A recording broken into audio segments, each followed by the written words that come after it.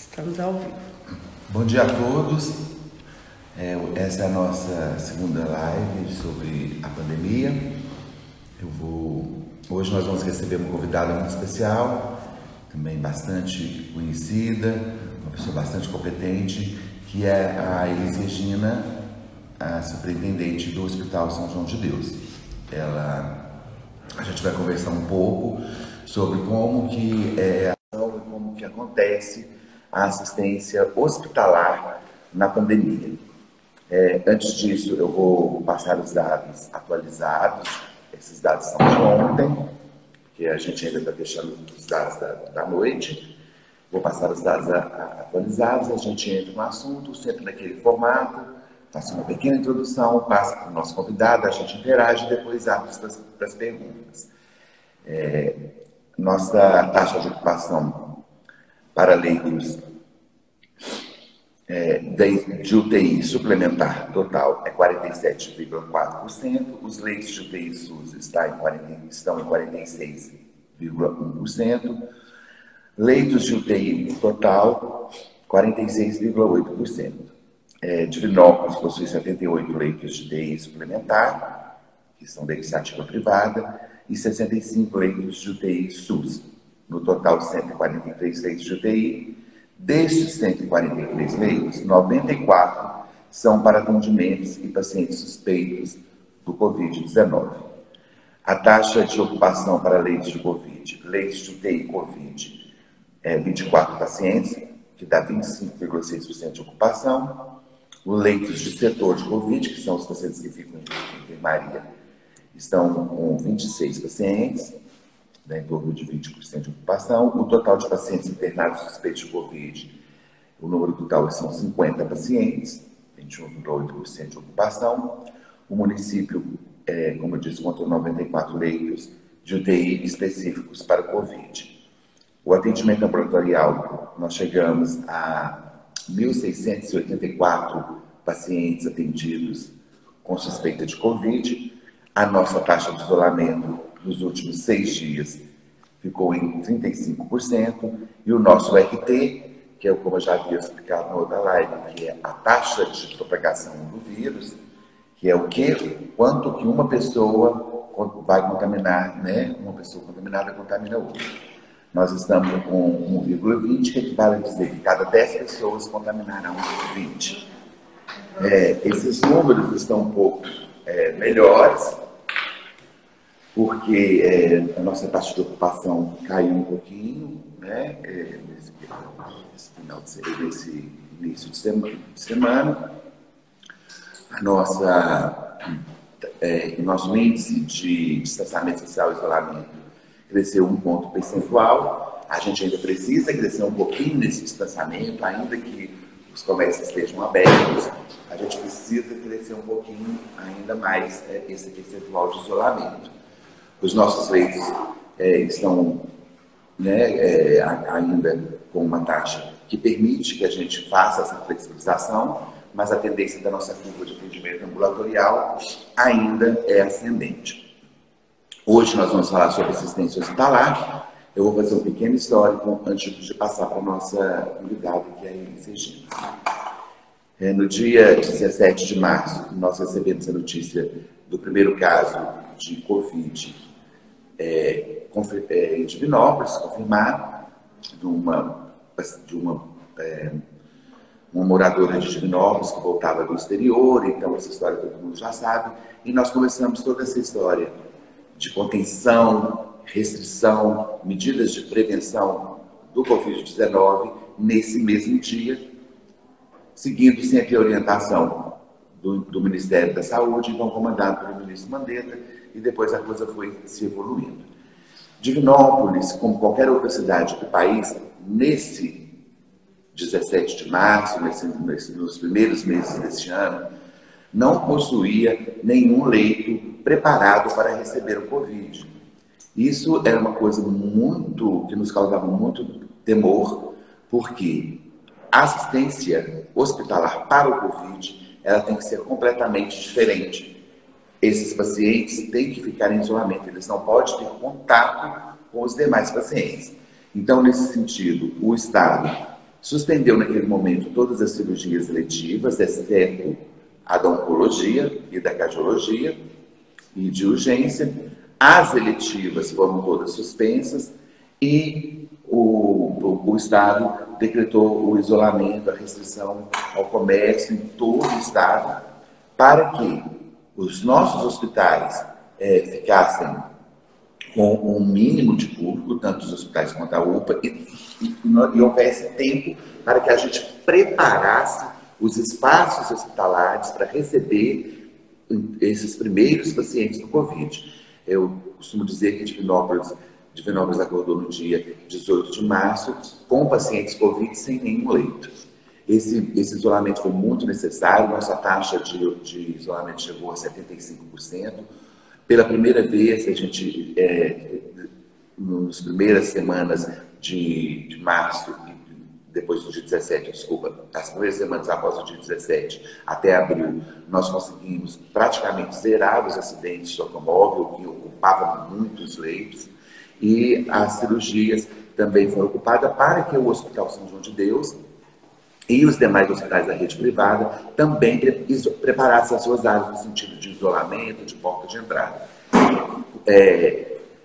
Acontecendo tudo isso, concomitante a isso, a gente preparou a estrutura hospitalar do Hospital de Campanha, na UPA, que também precisava de isolamento dos públicos, desde a porta de entrada até no atendimento propriamente do Covid. E também conseguimos preparar a estrutura reservada em parceria com as empresas aqui de Divinópolis, a estrutura do Bento Mene, que está também preparada para receber pacientes, caso a pandemia venha a ter um ritmo acelerado e um adoecimento grande de pessoas ao mesmo tempo. Todas essas estruturas, quando a gente se prepara para uma pandemia, o esperado é que elas não sejam totalmente ocupadas até o final, porque isso sim seria o caos. A gente está com a taxa de 100% de isolamento, ter que negar atendimento ou transferir pacientes para outros lugares. Então, a gente prepara essa estrutura na esperança de que a gente passe por toda a pandemia sem precisar usá-la. Essa é a nossa vontade, mas a gente fica sempre apreensivo de que os números caem. Como a gente também já vem dizendo, tudo o que contribui para que isso aconteça até o final da pandemia é o isolamento.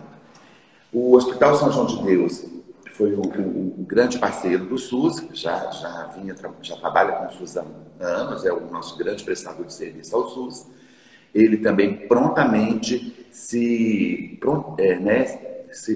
preparou para receber e abraçou a causa do enfrentamento dessa pandemia, com a Elis Regina, através da Elis Regina e toda a sua equipe, todo mundo se capacitando, lendo bastante, pegando informações do Ministério da Saúde, produções científicas, trabalhando junto com o comitê, e preparou também a sua estrutura hospitalar, a sua assistência hospitalar.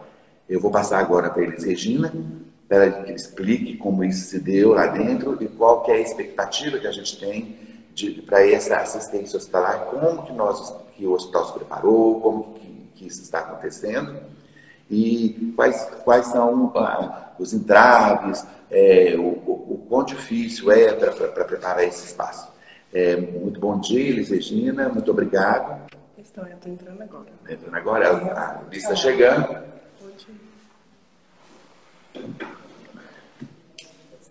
Ela já deve estar entrando. Já está. Vamos guardar um pouquinho. Por favor. Elis, bom dia. Eu agradeço você tirar um tempo aí para conversar com a gente. Vou de novo, que ela caiu. Só mais um minutinho, gente. Parece que teve um probleminha lá com a Elis. Está conectado de novo. Mas como eu falava, parece que chegou. Está conectado. Bom dia, Elis. Bom dia, marido. Como vai? Tudo bem? Então, eu passo a palavra para a Elis para que ela possa conversar com a gente. Bom dia a todos. Nesse momento de tantas mudanças, eu Eu primeiro preciso agradecer ao Amarildo, não só meu amigo, meu parceiro na questão, mas principalmente o secretário municipal de saúde, que eu tenho certeza que deve ter pelo menos uns 3 ou 4 meses sem dormir direito. Nós não estamos dormindo, nós estamos o tempo inteiro na estratégia. E, principalmente, né, Marilda, eu tenho plena convicção que o conceito de parceria, ele mudou muito nessa questão dessa pandemia. Caiu de novo, acho que a internet dela não deve estar boa, não. Mas vou tentar conectar de novo. Ô, pessoal, a gente está tendo um probleminha de conexão com o São João, mas a gente já vai resolver. Eu gostaria, nesse meio tempo, de esclarecer que eles vão responder perguntas. Todo mundo tem a caixinha de pergunta aí na lateral. É só mandar a pergunta pertinente ao tema, né? Pertinente ao tema que estamos falando hoje, que é a assistência hospitalar na pandemia.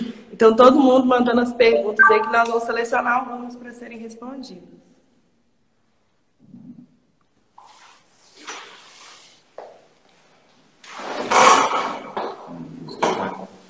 Eles estão tentando conectar.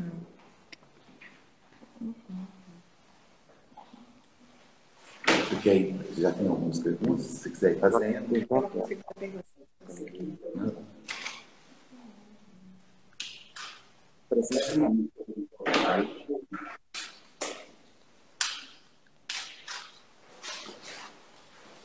Pede o Rubens para aceitar o vídeo também.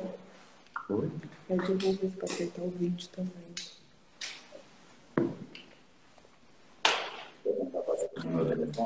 Eu vou tentar primeiro.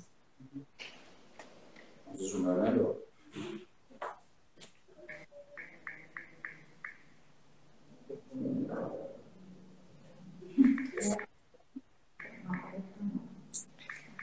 gente está escutando.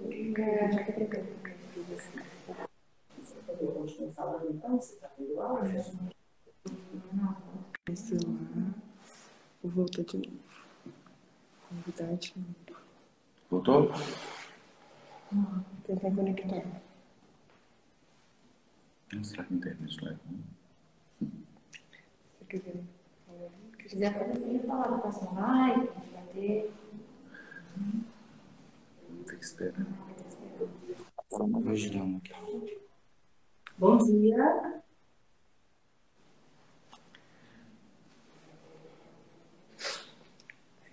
O pessoal do São João, a gente está conseguindo escutar vocês, mas não está aparecendo vídeo. Então eu continuo falando até que a gente, então, consiga visualizar, né? Isso, ótimo. Perfeito, obrigada. Bom, como eu disse, eu terminei a minha fala falando realmente sobre a importância das parcerias nesse momento de pandemia. Se não fosse a vontade, a persistência e a questão de fazer diferença para a população, a gente não teria condições de... Caiu de novo. Que pena. Erra deles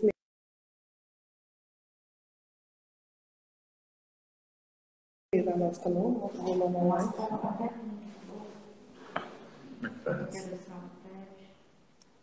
Vamos tentar mais uma vez? Tô chamando de novo. Não nem entra no celular, irmão. Está ouvindo? A gente está tentando conectar com o São João de Deus de novo.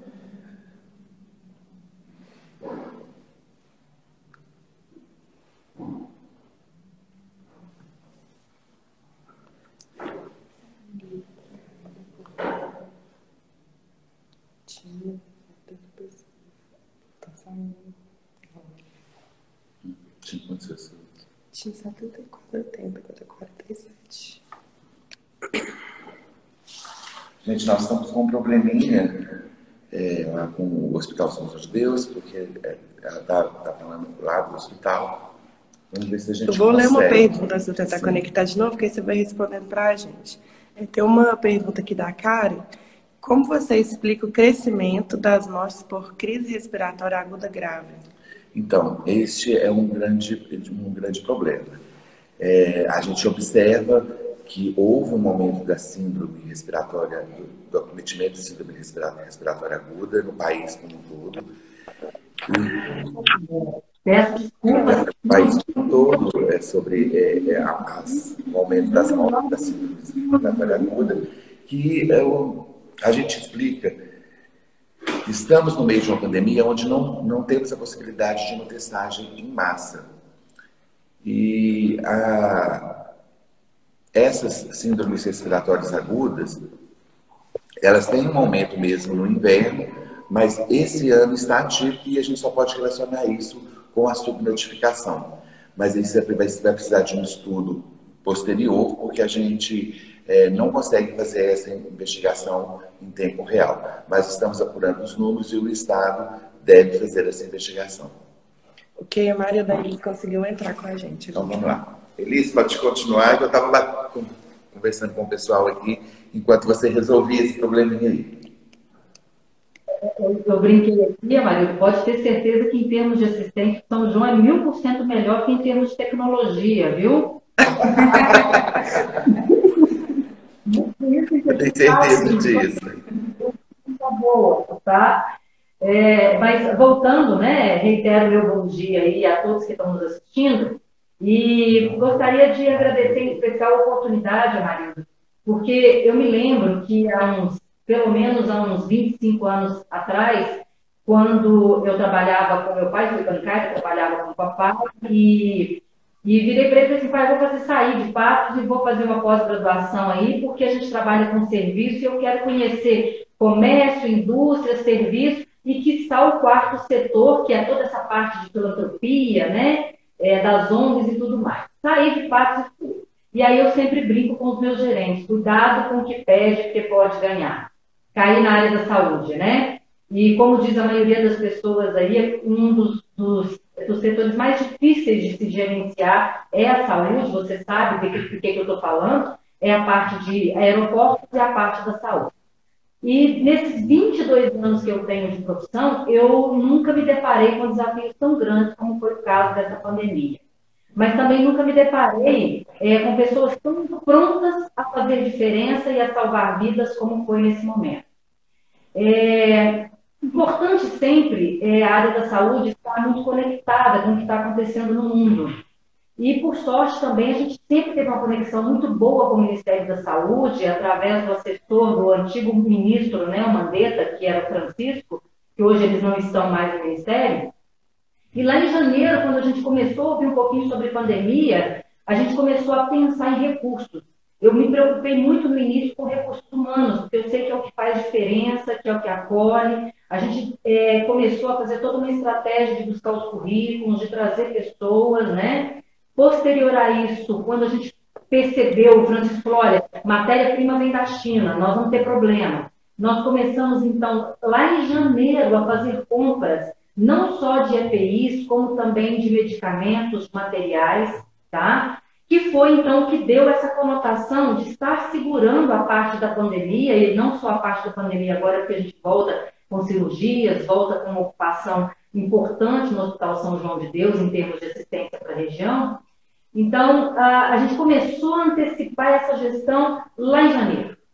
E isso foi tão importante, só para vocês terem noção, como que essa questão dessas 4 pernas da gestão para o Covid foram importantes. Primeiro, as parcerias com os entes, município, Estado, saúde suplementar, inclusive o Ministério, que a gente tem contato muito com o Ministério. Segundo, esse tripé de recursos, precisava de ter recursos não só humanos, como em termos de material e medicamento. Essa estrutura, principalmente de processos, porque o hospital teve que mudar toda a logística de funcionamento dele, e nesse momento eu venho agradecer principalmente a população, porque nós tivemos que mudar, inclusive, o acesso da população ao hospital para poder prevenir uma pandemia, que era uma coisa que ela era contagiosa, né? Quando é contagioso, você tem que tomar todas as providências, então cortamos toda a parte de visitas, a parte de acompanhantes também foi muito reduzida, mudamos os fluxos internos e externos, né? Então, eu agradeço a população pela compreensão, nós não tivemos uma reclamação, não tivemos nenhum desgastamento com nenhum dos nossos clientes, né? e principalmente essa quarta perna, gente, que é prever. Então, nós tivemos aí uma estrutura muito boa em que todo o nosso quadro de diretores administrativos, que é o doutor André, a parte da Rosângela, que é a parte financeira, a parte do doutor Eduardo, que é o técnico, nosso diretor clínico, que é o doutor Júlio, e o gerente. Então, todo mundo saiu da zona de conforto, falou, agora a gente não vai dormir mais, a gente vai planejar e a gente vai dar uma estrutura para salvar essas vidas. Então, a gente começou a pensar estrategicamente. Essa foi a grande diferença de hoje. Nós ainda temos uma estrutura que nós dispomos de todos esses recursos que eu falei, enquanto nós temos hospitais que estão com as portas fechadas em Minas Gerais, inclusive, por exemplo, o Teófilo fechou toda a parte de pronto atendimento, nós estamos aí com os recursos a duras penas, porque, por exemplo, ontem nós tivemos uma reunião em que iria sair um comunicado e que iria faltar um dos principais itens no hospital daqui mais ou menos 10 dias, que era o fentanil. O fentanil, ele é responsável pela parte de deixar o paciente sedado para intubação, para cirurgia e assim por diante. E aí a gente mobilizou essa noite, fomos atrás daquela coisa toda, pessoas de influência, inclusive através do Francisco, e hoje, graças a Deus, nós tivemos a notícia que nós vamos conseguir aí a compra do fentanil. Como eu disse, a duras penas, ele antes custava R$ 9,00, agora a gente vai comprar R$ 68,00, uma mudança de 350%, mas a gente vai dar assistência. Em momento nenhum nós pensamos em custo. E a estrutura hospitalar, então, que parece uma locomotiva, né? Porque você tem comércio, indústria, serviço, e no caso do São João ainda, essa parte da filantropia, nós tivemos que trocar as rodas dessa locomotiva em pleno vapor, né? E o que aconteceu de principal nessa mudança dessa locomotiva? A parte da segurança dos clientes e a parte da segurança dos nossos profissionais. Porque quando começou a vir a pandemia mesmo, a primeira coisa que aconteceu foi os profissionais ficarem com medo de dar assistência e começaram a passar. E começaram a querer sair do hospital, inclusive à época eu lembro de ir em alguns grupos que fazem parte da cidade e falar, gente, ajuda nós aí, porque vai faltar gente, vamos montar a partir de agora alguns cursos aí, já prevendo aí 1, 2, 3 anos à frente, justamente para não faltar mão de obra. E aí, então, a gente começou a mudar todo esse fluxo. O primeiro momento que nós mudamos, gente, foi um fluxo muito importante, foi o acesso dos pacientes ao hospital.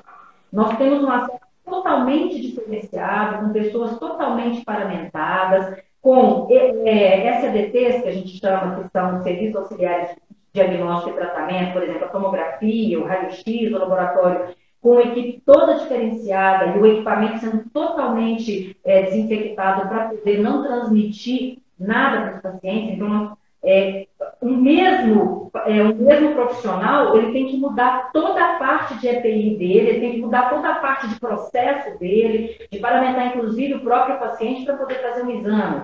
Então, aquela rotina determinada, que vamos supor que gastava 1 minuto, agora ela gasta 10, porque ela tem que ter toda uma preparação para poder receber o paciente de forma segura e não propagar esse vírus. E a gente conseguiu isso de uma forma muito interessante, que, se vocês perceberem, nós tivemos no São João de Deus pouquíssimas mortes. Nós tivemos no São João de Deus 4 mortes, inclusive essas 4 mortes foram de pacientes que vieram de fora, né? Pacientes um pouco mais gravados e que não foi uma consequência da nossa internação.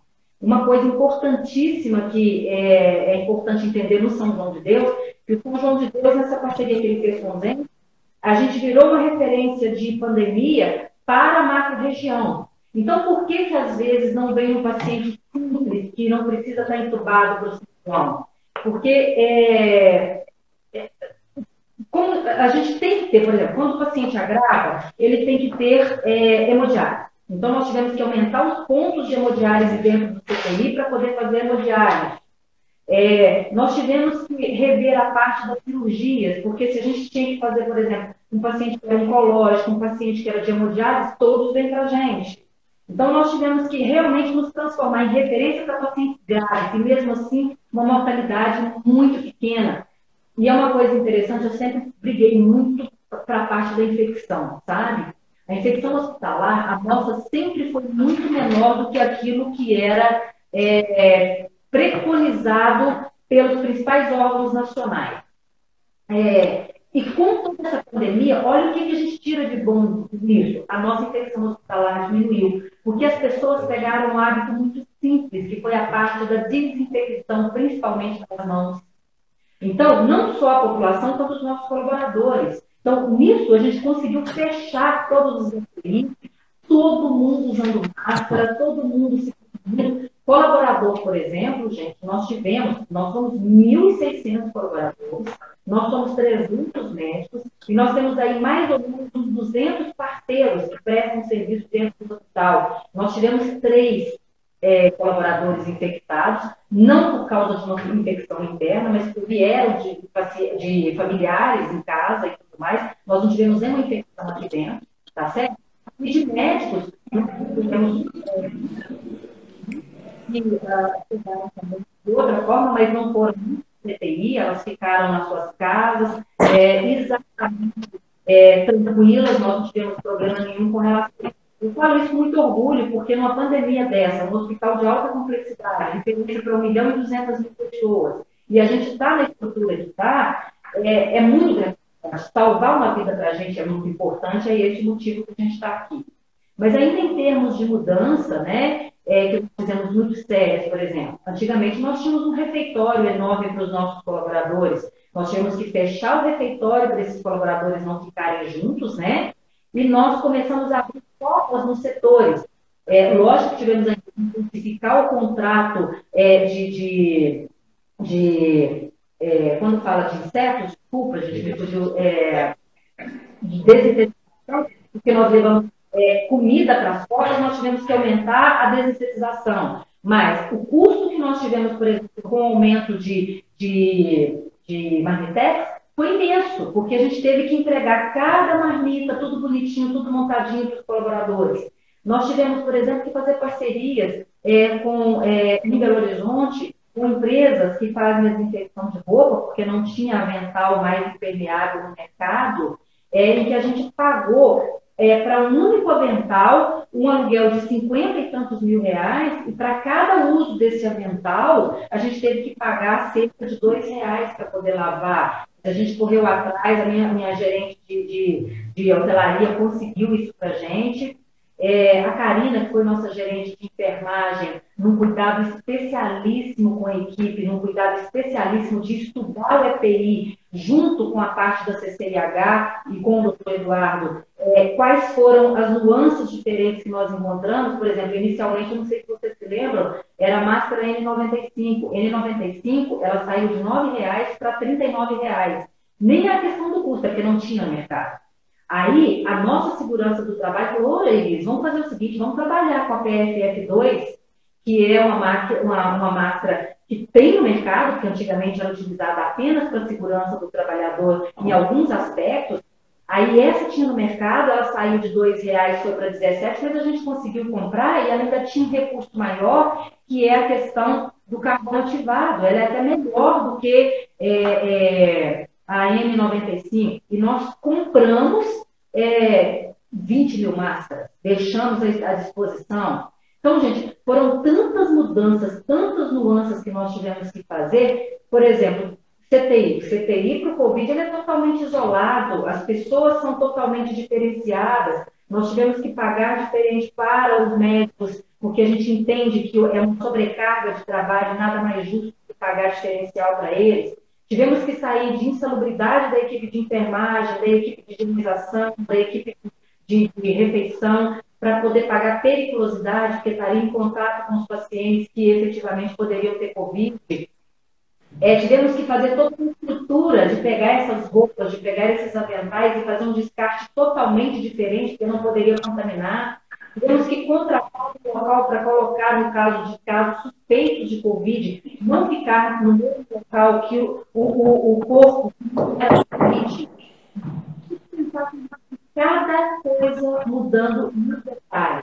Só para vocês terem noção, eu vou fechar minha fala, porque teve muita coisa para a gente falar. Nós tivemos uma pessoa exclusiva para a questão das legislações. As mudanças, as legislações mudaram tanto com relação ao Covid, e toda hora uma portaria, uma resolução, uma indicação em termos de Anvisa, que nós temos que colocar uma pessoa exclusiva para olhar as legislações e nos alertar, olha, muda isso aqui porque mudou isso aqui, vamos fazer aqui porque mudou aqui. Então, eu falo, foi tão bonito esse processo, se não tivesse sido tão doloroso, mas eu percebo que a gente consegue enfrentar, que as pessoas quiseram se dedicar e quiseram fazer diferença, né? Eu chego nesse momento muito orgulhosa do trabalho que São João vem fazendo para essa população e salvando vidas como nós estamos fazendo. E hoje, numa estrutura ainda que pode crescer, numa estrutura que ainda está vazia, nós temos leitos aguardando, se Deus livre tiver uma pandemia, nós estamos com essa estrutura, não só para o SUS, mas como para a saúde suplementar, como eu disse para vocês, foi uma parceria fantástica com a Unimed, no sentido de estar reservando exclusivamente para a Unimed, né? Então, até modelos de remuneração a gente mudou, gente, com essa pandemia. Então, por exemplo, quando a gente recebe por um procedimento de um médico, por exemplo, nós mudamos, nós começamos a receber para manter uma estrutura fechada, o modelo de capitation, foi uma parceria que nós fizemos em que foi pago para nós manter aquele leito fechado. Então, foi muito bonito tudo que aconteceu em relação a isso, e foi bonito no sentido da gente estar se mantendo e da gente não estar deixando ninguém morrer por falta de tempo, por falta de recursos, por falta de planejamento, né? Então, isso é muito gratificante para nós. Elisa pontuou muito bem aí essa dificuldade que foi no início dessa corrida. Ali atrás, continua falando. Essa corrida que teve no país, atrás das EPIs, as EPIs, para o pessoal entender, são os equipamentos de proteção individual. Máscara, gorro, protetores do pé, avental, protetor facial, luvas. Tudo isso são equipamentos de proteção individual, mais o álcool em gel. Houve uma corrida no país atrás desses equipamentos que vinham da China, e a China naquele momento passava por uma fase muito intensa da pandemia. A dificuldade que nós tivemos de adquirir esses equipamentos com um disparo, né, do preço, disparou, e aí quando você fala o fentanil passa de 9 para 60 reais, isso aconteceu também com as máscaras, aconteceu também com as luvas, e com um agravante que a gente não tinha,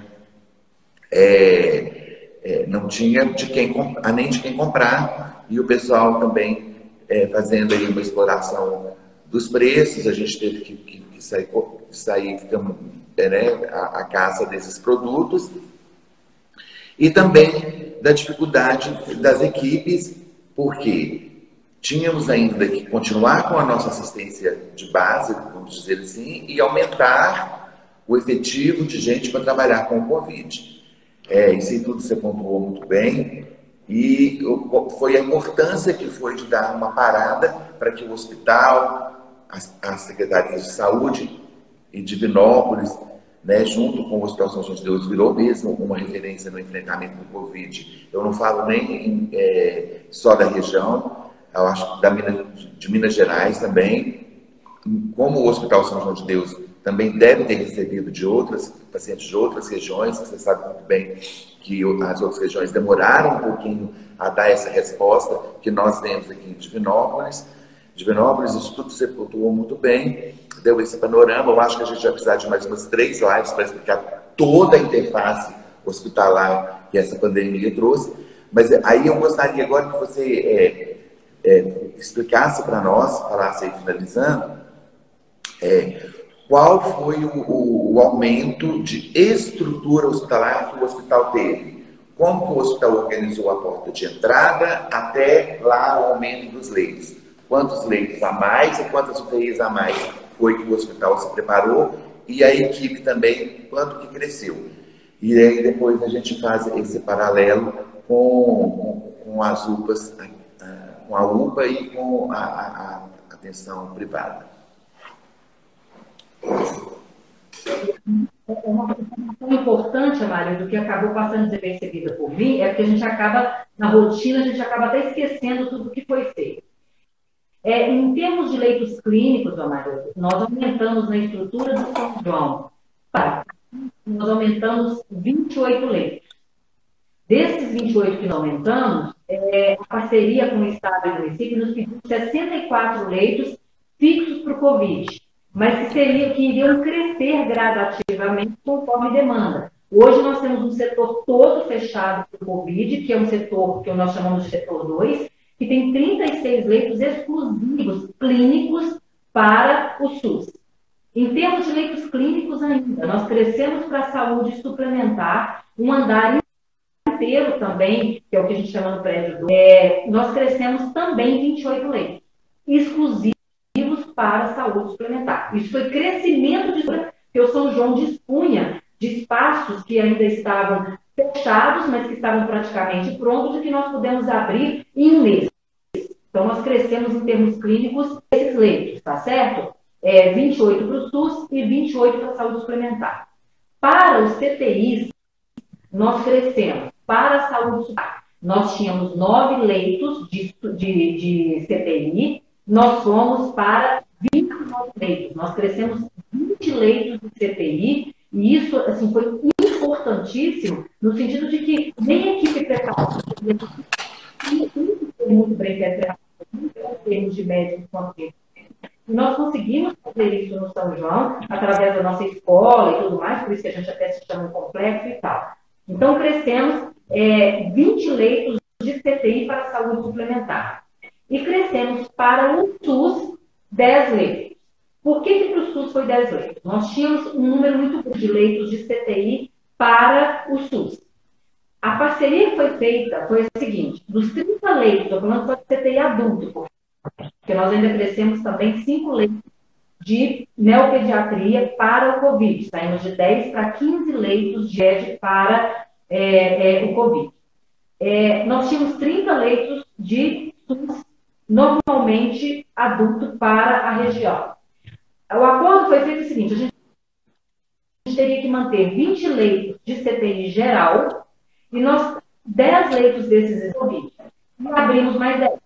Então, nós fomos de 30 leitos gerais para 40 leitos para o SUS, sendo que desses 20 ficou exclusivamente para o Covid, né? Agora a gente viu que a questão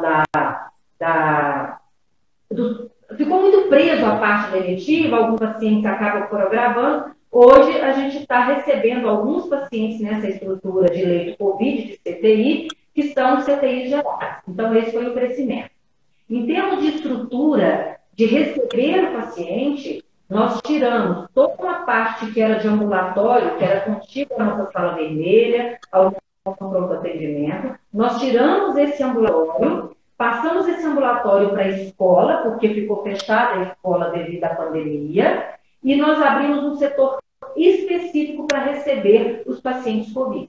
Então, essa foi, em termos de estrutura, o que nós mais crescemos, né? Mas, paralelo a isso, compramos mais um tomógrafo, porque agora nós estamos fazendo um setor de imagem muito grande, tá certo? E nós crescemos outros pequenos serviços em termos de lavanderia, em termos de SND e assim por diante, que essas estruturas estão ficando prontas agora. Perfeito. Estão falando respondendo você. Então, a gente vai responder até que a Iris volte aí, gente. Mais uma pergunta. Essa primeira aqui, como você explica o crescimento das mortes, já respondeu, né? Vamos passar para uma próxima pergunta aqui. Quais medidas foram tomadas pelo município em questão da adaptação da capacidade hospitalar para enfrentamento do coronavírus? Então, nós tínhamos, como a Iris também já disse, acho que ela já falou um pouquinho disso, no início da pandemia, a gente tinha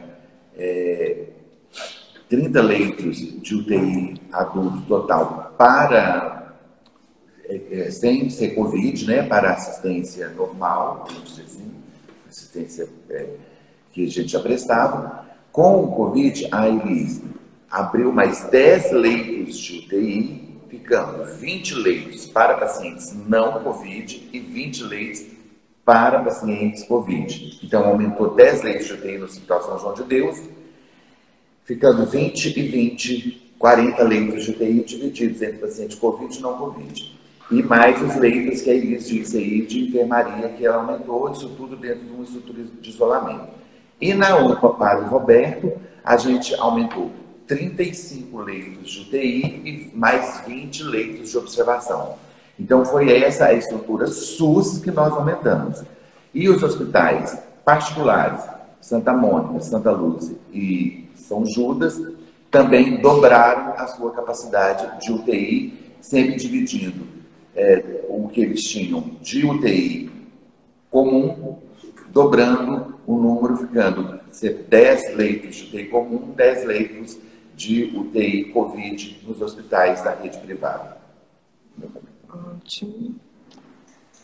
Vamos à próxima pergunta.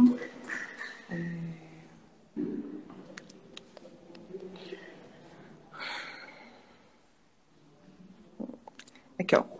O hospital se preparou desde o início para a pandemia. Existe uma parceria entre a Prefeitura e o Hospital São João de Deus? Sim, o Hospital São João de Deus ele é um serviço contratualizado com a Secretaria Municipal de Saúde.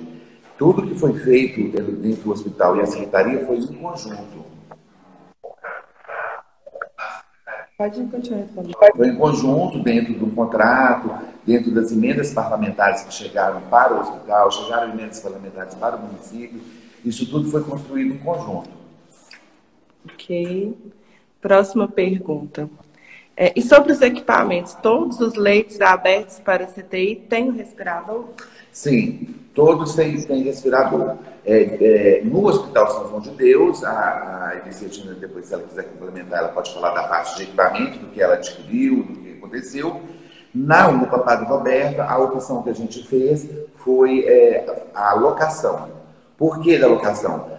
Os equipamentos dispararam muito os preços para compra e a gente tinha conseguido, porque como a gente já vinha pensando em preparar essa assistência para o Covid, lá desde de janeiro, como diz Elis, a gente conseguiu um preço de locação muito bom, que não estava no meio da pandemia, e porque a UPA Padre Roberto, finalizando a pandemia, nós não continuaremos com o hospital de campanha, então não fazia sentido comprar, principalmente por causa do preço, e depois não ter o que fazer com esse equipamento. O caso da Elis Regina é diferente, ela pode aí dar uma palavrinha sobre o que ela acrescentou de equipamento. Acontece, como a gente é a referência da cidade, a gente sempre procurou manter um parque tecnológico muito denso para poder manter a estrutura funcionando. Por exemplo, se quebrasse um equipamento, eu não colocar um paciente em risco, eu ter um backup. E para isso existe uma legislação específica. Além da legislação, a gente tinha um estoque a mais, que foi o principal item, que foram os respiradores. Nós tínhamos um estoque a mais desses respiradores. Em que sentido? A gente sempre teve, em termos de respiradores, um respirador por leito. Por que eu estou dizendo isso? Porque a legislação normal, ela preconiza que de leitos de CTI, você tem que ter apenas 70% de respiradores. Então, leitos de CTI você sempre constrói de 10 em 10, porque a legislação prevê que uma equipe médica ela é responsável por 10 pacientes, e assim por diante. É uma questão de otimização de recursos, você sempre está com múltiplos de 10. O que acontece? Veio a pandemia, imediatamente mudou a legislação. A legislação diz o seguinte, agora não é 70% mais de respiradores para cada 10 leitos. O percentual agora é 100%. Então, para cada um leito existente de CTI COVID, você tem que ter um respirador.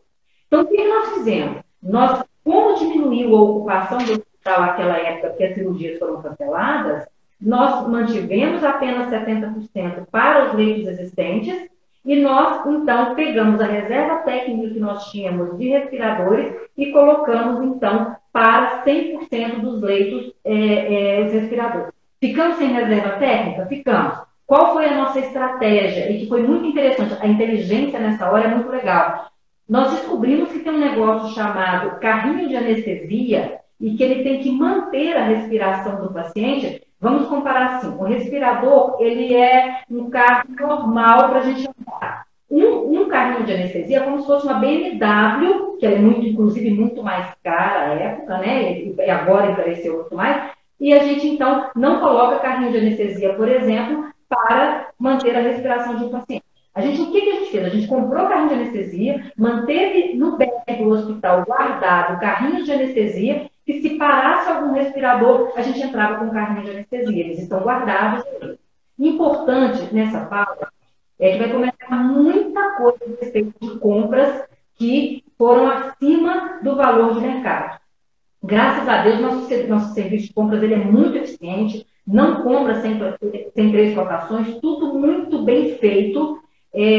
Nós tivemos aumento mesmo, inclusive de 3.000% de alguns itens, mas todos os itens foram comprovados através de processos licitatórios corretos que não tinha no mercado, por isso nós tivemos que comprar esse preço, ou efetivamente é porque naquele fornecedor aumentou o preço mesmo. Então a gente ainda teve esse cuidado.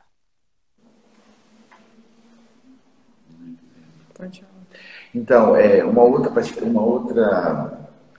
questão ainda sobre equipamentos que aconteceu foi que nós tivemos o hospital, a Elis talvez não tenha se lembrado, o hospital também adquiriu um tomógrafo, porque a gente não poderia ter a estrutura da UPA sem esse tomógrafo, porque todo o diagnóstico também do Covid-19 passa por uma tomografia pulmonar. Então, com a aquisição do tomógrafo pelo hospital, garantiu, além da assistência que vai lá para o hospital, a Elis garantiu que daria este suporte de tomografia para a UPA, porque a gente não tinha possibilidade também de abrir essa assistência na UPA se não tivesse essa parceria com o hospital, na questão da imagem de tomografia. Então, foi muito importante também a aquisição que o hospital fez e a instalação desse novo tomógrafo. E a UPA também, para o Covid, adquiriu 2 aparelhos de raio-x, que a gente vinha de um aparelho muito ruim, que já vinha apresentando problema. A gente já tinha um processo de compra desse aparelho de raio-x, mas com a pandemia a gente teve que comprar outro aparelho, porque, como a Elis diz, o público não pode se misturar, então teve que ficar um aparelho de raio-x para o Covid, um aparelho de raio-x para o outro não Covid, mas o tomógrafo que o hospital adquiriu é um aparelho, né, mais moderno, mais eficiente, que vai dar esse suporte tanto para o Padre Roberto quanto para essa assistência que o hospital aumentou para o Covid, né, Elis? Então, assim, hoje, se vocês pensarem, São João, ele tem um estoque de equipamentos maior do que o necessário. Porque, por exemplo, o tomógrafo a gente fazia cerca de 500 tomografias mês. Nós saímos de 500 para quase 800. Nós tivemos um crescimento de mais de 50%. O que acontece com o equipamento? O desgaste dele é muito mais rápido, ele gasta o tubo muito mais rápido, tanto é que desse tomógrafo que a gente tinha, o doutor André correu atrás, comprou o tubo, deixou tudo de reserva aqui no hospital, porque se o tubo queimasse devido a realmente o aumento de demanda desse aparelho, a gente não ficaria sem ele. Tanto é que queimou o tubo, nós ficamos sem tomógrafo por 2 ou 3 dias, se não me engano, fizemos toda uma logística de funcionamento com a região, agora chega o outro tomógrafo, porque a demanda é muito grande. Vamos ficar com 2 equipamentos, fora o equipamento de ressonância, que chega agora também em setembro, o equipamento mais moderno da região. Pouquíssimos hospitais têm isso lá em Belo Horizonte. Nós estamos chegando com esse aparelho aqui, que até cirurgia cardíaca ele consegue fazer. Eu não vou esclarecer muito bem, que eu não sou assistencial, mas pelo menos é a promessa que o nosso engenheiro clínico trouxe para a gente. Tem mais uma pergunta aqui que é bem interessante. É que, em resumo, quantos leitos foram acrescentados no hospital para a pandemia e no município? Eu respondi, mas eu vou deixar eles falar sobre quantos leitos a mais foram feitos. Bom, então vamos lá. Em termos de leitos clínicos, 28 leitos para o SUS e 28 leitos para saúde suplementar. Então, nós aumentamos 28 2 vezes, nós aumentamos 56 leitos clínicos no hospital, certo? Em termos de CTI, nós aumentamos 10 leitos de CTI para o SUS e nós aumentamos 20 leitos para a saúde suplementar, ou seja, 30 leitos SUS. No total, nós crescemos 96 leitos na estrutura do São João para a pandemia. E na estrutura do município? Do município, nós tínhamos 6 leitos com respiradores, não Covid, que era o que o Ministério da Saúde pedia para a UPA do tamanho que é a nossa.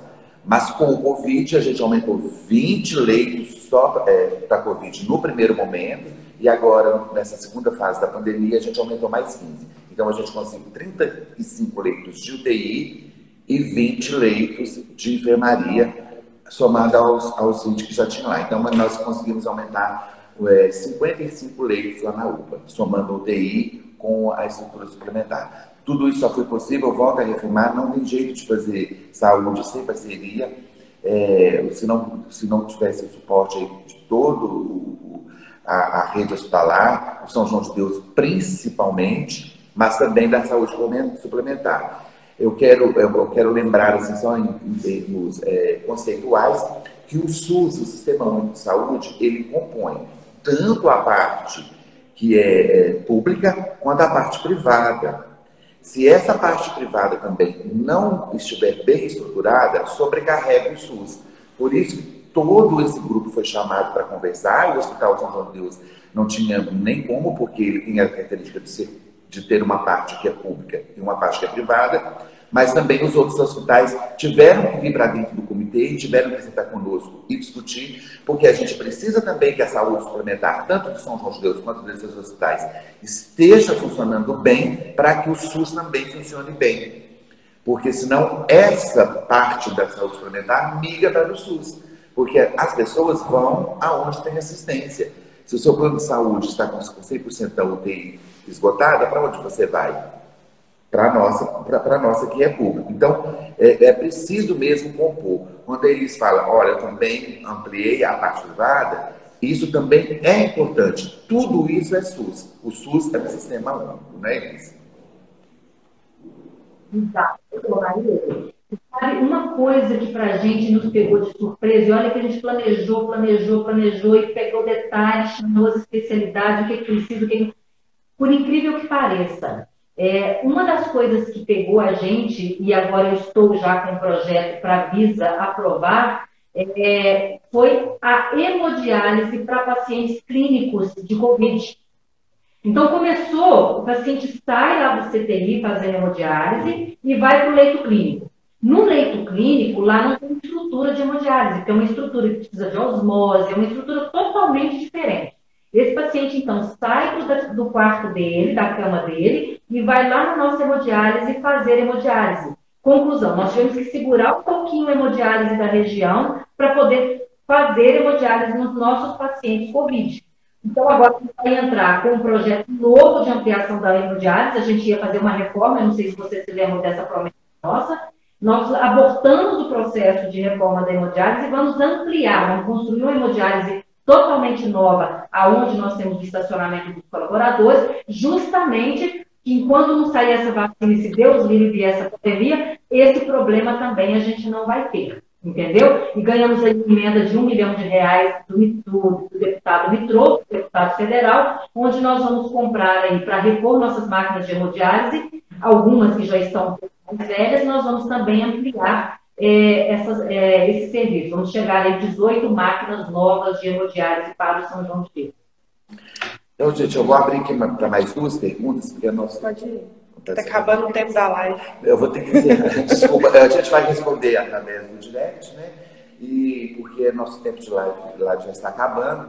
Eu quero agradecer imensamente a Elis Regina, eu sei o tanto que é precioso o tempo dela nesse momento, porque um hospital no meio de uma pandemia é muito difícil. Eu acho que a gente vai precisar de fazer outros momentos desses para a população, porque não deu para esgotar o assunto, né? A gente já previa isso, tem muitas interfaces, ainda não deu para falar nem a metade do que é uma assistência hospitalar dentro dessa pandemia, mas pelo menos uma introdução. Eu espero que todos tenham gostado e aí a gente programa outras vezes, outras conversas. Muito, muito obrigado, Elis. Eu agora passo para o final. Eu já te admirava muito como secretário, a competência que você tem, e essa pandemia veio consolidar minha admiração, meu respeito, porque você tratou isso de uma forma extremamente profissional, extremamente parceira. Quando a gente mais precisou um do outro, a gente estava de mãozinha dada, e graças a Deus a gente está conseguindo enfrentar essa pandemia. E reitero duas coisas importantes. Gente, fique em casa, não saia. É uma pandemia perigosa, é uma pandemia que a gente não sabe se vai afetar A ou B. Então, por favor, nos ajudem, porque por mais que a gente tenha estrutura, a gente precisa que a população nos ajude. Né? Essa questão de segurar o comércio, de segurar tudo, foi muito importante para a gente estruturar para chegar onde a gente chegou, mas não dá para a gente desestruturar com a população saindo e perdendo o cuidado de usar máscara, de usar luva, de usar o álcool gel e assim por diante. Esse é o pedido. E segundo, que nós recebemos imensas doações, nós estamos muito satisfeitos com tudo. Foi uma surpresa muito grande, porque o São João tinha essa prática da doação, e eu gostaria de lembrar que tudo isso, esses leitos todos que eu falei que foram 90 a mais, eles estão praticamente vazios, mas nós temos que pagar a estrutura para isso funcionar. Pessoal, nós temos que ter material e medicamento estocado. Então, não deixe de ajudar o São João, porque é uma estrutura muito cara. O nosso custo variável ele subiu de cerca de 20% da nossa receita, com 25% da receita, foi para 33% da nossa receita, mesmo diminuindo pacientes dentro do hospital, aguardando a história do Covid. Então, muito obrigada a todos, que Deus abençoe muito, é um prazer poder servir a toda essa população da região centro-oeste de Minas. Então, eu vou me despedindo hoje, gente. A gente está com os problemas técnicos, desculpe a gente. Vamos responder as perguntas, como eu já disse. Fica o último recado aí de que as pessoas realmente fiquem em casa, se puder, sai só quando necessário. E um abraço a todos. Eu gostaria de esclarecer para quem está assistindo que a gente vai salvar a live completa aqui no nosso IGTV. Vocês podem acompanhar, passar para as pessoas. Informação, compartilhem informação correta, informação de órgãos oficiais, para evitar as fake news. E em breve a gente anuncia em uma próxima live. Muito obrigada. Gente, que pena essa prova. Que pena que